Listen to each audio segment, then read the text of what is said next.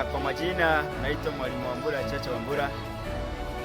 Ni mwalimu kutoka shule ya msingi Kitaragu A katika halmashauri ya mji wa Bunda, mkoa wa Mara, nchi ya Tanzania.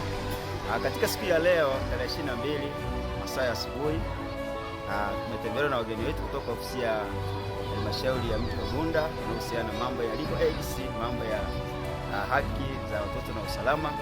Wamewafundisha watoto namna ya kujikinga na matendo ya ukatili kama vile ukeketaji, ubakaji na vitendo vya ukatili katika jamii. Anaitwa Joseph Shoule, nasoma shule ya msingi Kitaragu darasa la 6. Leo tumetembelewa na wageni wetu maafisa.